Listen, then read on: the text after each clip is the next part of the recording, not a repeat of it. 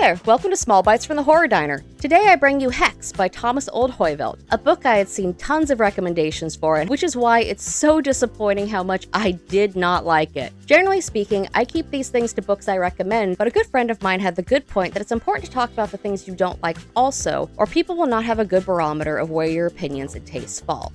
So, Hex revolves around a small town called Black Springs, where a witch who came back from the dead after her own execution during the witch trials wanders the town with her eyes and mouth sewn shut. She can go wherever she wants within the town, and everyone has to just let her do this and not interact with her, because the one piece of knowledge that has been passed down is, if her eyes ever open, it will spell the town's doom. People who are born here, or who unknowingly move here, are cursed to stay within Black Springs for their entire lives, because leaving will activate the witch's curse and drive them to take their own lives. Because of this, no news of the witch is allowed to leave Black Springs. It is in a complete media quarantine with a task force specifically formed to make sure that no information about the witch make it outside the town and to punish anyone who breaks this rule. Counter to this are a group of teenagers who have been secretly documenting the witches going on and uploading them to a secret website using borrowed Wi-Fi to reach the outside world, which starts innocently enough, but as their documentation becomes more invasive, it triggers a series of events that spell doom for the town and its citizens. It sounds like a really cool and interesting premise, right? It is. That's part of why this book makes me so sad. The lore, the base plot, and the world building are very, very cool. However, this book hates women.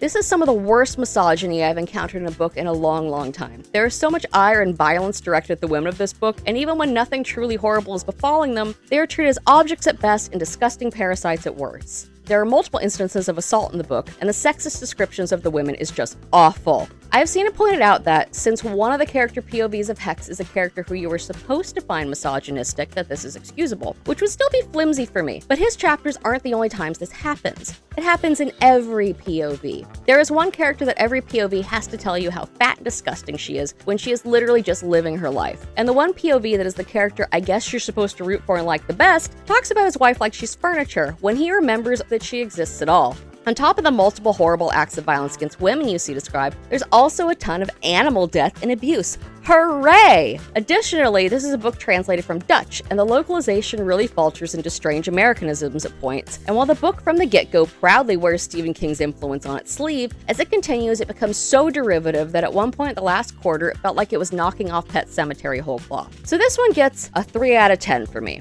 It would be lower, but I'm giving it the grace that I did think the initial concept and the world were cool as heck, which is why it crushed me so much that I disliked this book so much. I know a lot of people love it and give it glowing reviews, so if after listening to me you're still interested in reading it, knock yourself out. But if you ask me, go read like anything else. There are tons of good books out there, I promise.